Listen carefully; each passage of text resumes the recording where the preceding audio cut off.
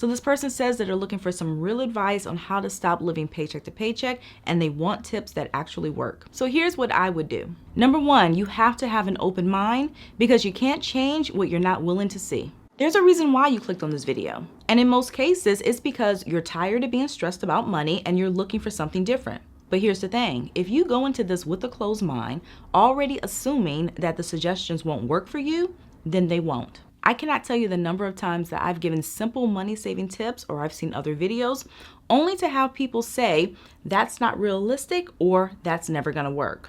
But if we're really gonna get real, if you haven't even attempted to try a given tip, how do you know it doesn't work? And yes, it's true that saving money, budgeting, and living within your means isn't always going to be easy.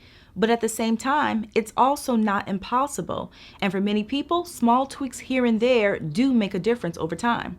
I know from experience that sometimes we can be our own worst enemy. And if we can get out of our own way, a lot of things are more doable than we think. So to break any cycle, you have to shift your mindset from this is impossible to how can I make this work for me? Because only then can real changes start to happen. You have to also accept that complaining gets you nowhere. Now, venting can be a release and feel good, and sometimes that's what you need to do to process things.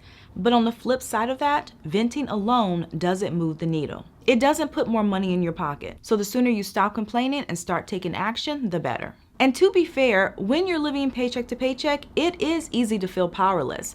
However, 99.9% of the time, there is something that you can do, even if it's only coming up with a step-by-step action plan. I also know from experience that there is a lot of power in planning. It can turn your goals into clear steps, which makes it easier to stay focused and get results. So even if you can only make a small, tiny change, like cutting one unnecessary expense or tracking your spending, action beats complaining every single time. And when you shift your mindset to, I'm here now, so what can I do differently? You take back your power.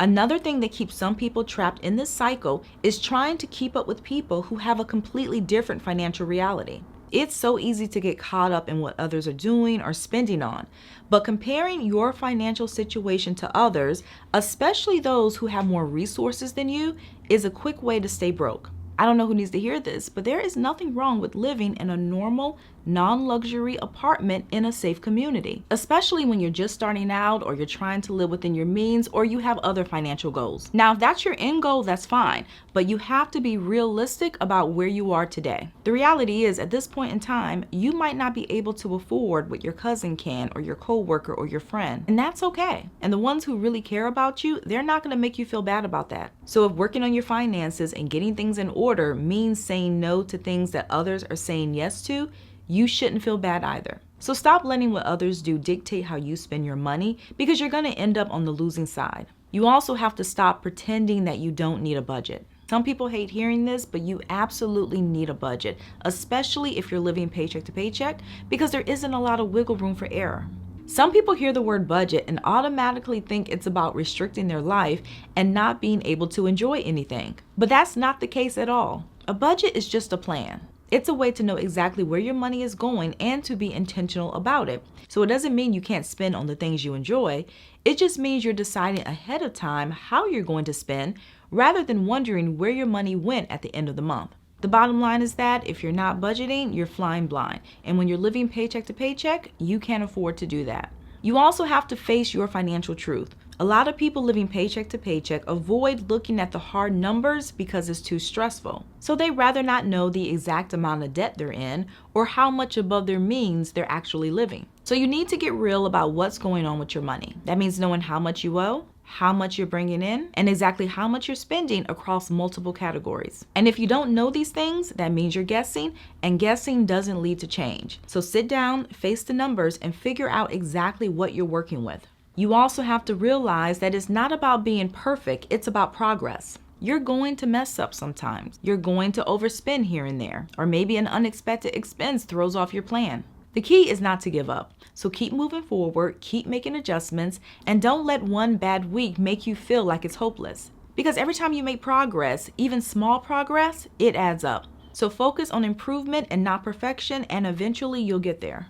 And finally, you have to come to terms with the fact that you might need to increase your income. Sometimes you can do everything possible to stretch your paycheck and it's still not enough. Sure, cutting back helps, but it might come to a point where the problem isn't how much you're spending, but rather how little you're earning. And if so, it's time to get honest with yourself. And as a side note, even though the focus of this video is living paycheck to paycheck, one thing to keep in mind is that there are a lot of people who consider themselves to be in this situation, but they really aren't. Technically, living paycheck to paycheck means that everything that you bring in goes to your expenses, meaning that there is nothing left over for savings and there's nothing left for discretionary spending. So if you're able to eat out multiple times a week, or you're able to spend hundreds every month on entertainment, recreation, miscellaneous shopping, and you're using cash, or you're paying off your credit cards in full every month, if you're able to do all of that, you don't have an income problem, you have a spending problem. So now that we've gotten that out the way, if you are truly maxed out and there's nothing else to cut from your budget, it's time to consider increasing your income. And that could mean picking up a side hustle, asking for a raise, or even looking for a higher paying job. And no, I'm not saying it's gonna be easy, but if the numbers aren't adding up, things are not gonna miraculously change. So at some point, you have to start facing reality.